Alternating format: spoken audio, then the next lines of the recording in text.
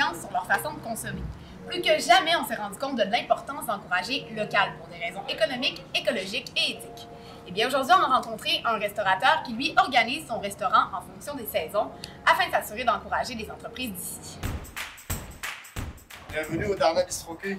Depuis 2 ans, ma mère vit un rêve. Il est copropriétaire du Darna Bistroquet, un petit restaurant dans lequel il réalise de grandes choses. Avec ma femme, on avait toujours eu ce rêve d'ouvrir un restaurant, un petit quelque chose à nous pour pouvoir recevoir les gens comme on le fait chez nous. On aime beaucoup faire ça. Notre vie évolue un petit peu autour de tout ce qui est nourriture, produits, agriculture, alimentation. On a toujours gravité autour de tout ça. Puis on voulait toujours avoir un petit quelque chose à nous.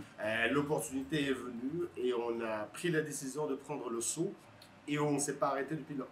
Originaire du Maroc, Othman s'est donné une mission, offrir un menu qui rejoint ses origines tout en l'adaptant à la culture québécoise.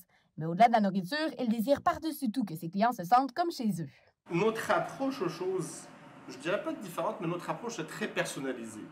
On met notre cœur ici et on est là tout le temps. Parce que notre approche a toujours été, on est des voisins qui ont ouvert un restaurant dans le quartier. On a toujours dit qu'on voulait que cet espace soit comme une extension dans notre salon.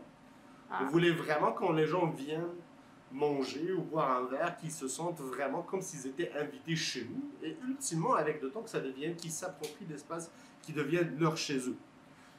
Donc ça a été toujours présent comme philosophie, mais comme action. Et je crois que ça s'est ressenti. L'autre différence, c'est que notre offre culinaire, nous, on ramène, on essaie de recréer ou de rendre hommage au patrimoine culinaire marocain. Il y a plein d'histoires. Le Maroc, c'est un pays millénaire, je vous dirais. On a une histoire vraiment longue histoire. Mais le Maroc a toujours été une terre de passage. Pour reprendre l'expression le melting pot, si vous voulez dire, ça a toujours été vraiment un melting pot. Donc tous ces passages ont toujours laissé des empreintes.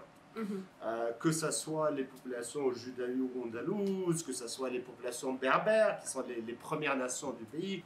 Et donc, la gastronomie a toujours été riche par la variété des produits, mais ça a toujours été riche, c'est très culturel. Au Maroc, recevoir et manger, c'est quasiment un acte social. On n'est jamais tout seul, on ne mange jamais tout seul.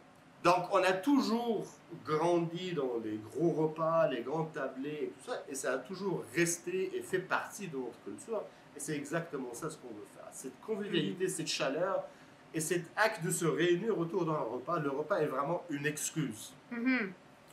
Quand on a pensé à cet endroit, on voulait vraiment essayer de reproduire et recréer cette culture de recevoir les grands repas, les grands tablés.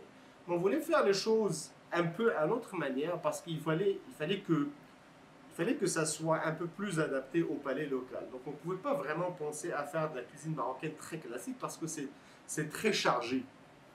C'est très chargé et ce n'est pas nécessairement tout le monde qui va apprécier ou comprendre. Donc on a essayé de, je dirais pas simplifier, mais aller en étape, mais avec une conviction principale, c'est d'utiliser les produits locaux et rester fidèle aux saisons. Ben, si on parle de coûts et tout ça, ça peut revenir plus cher, mais c'est un choix. C'est un choix de comment on veut consommer. Moi, quand j'ai grandi, j'ai appris à manger à la saison. Donc, il y avait des choses que je mangeais. Quand c'était le temps des agrumes, on mangeait des agrumes. Quand il n'y en avait plus, il n'y en avait plus. Est-ce que vous adaptez votre menu ici en fonction des saisons? Ah ouais. Absolument. Donc il y a un roulement, là, ça change. Bon, vous allez voir, moi en ce moment par exemple, j'ai pas de tomates dans mon menu. Il n'y a pas de tomates. Parce que les tomates, il n'y a pas de tomates dans le marché, il n'y a pas de tomates en saison. L'idée était toujours de vouloir faire le circuit le plus court possible. Ça ne me sert absolument à rien de acheter des fraises qui viennent de je sais pas où, qui ont passé combien de temps dans un avion, juste pour vouloir avoir des fraises. Notre perception de comment consommer est en train de changer. Quand on voit ce qui est arrivé quand la COVID est arrivée il y a 1 an déjà, on s'est rendu compte que c'est facile de dire ouais, mon commerce, je suis dans le trouble, mais on s'est rendu compte jusqu'à quel point on dépendait d'autres commerces. Il y a toute une chaîne où chaque maillon dépend de l'un de l'autre. si moi ou n'importe quel autre commerce n'insiste pas pour utiliser et vendre et valoriser ces produits, c'est des métiers qui vont disparaître. Ouais. Ça a été une grosse prise de conscience que comme quoi on dépend tous les uns des autres. Ouais. Et le fait qu'on nous a demandé d'être distanciés, on ne s'est jamais senti plus proches les uns des autres que durant ça.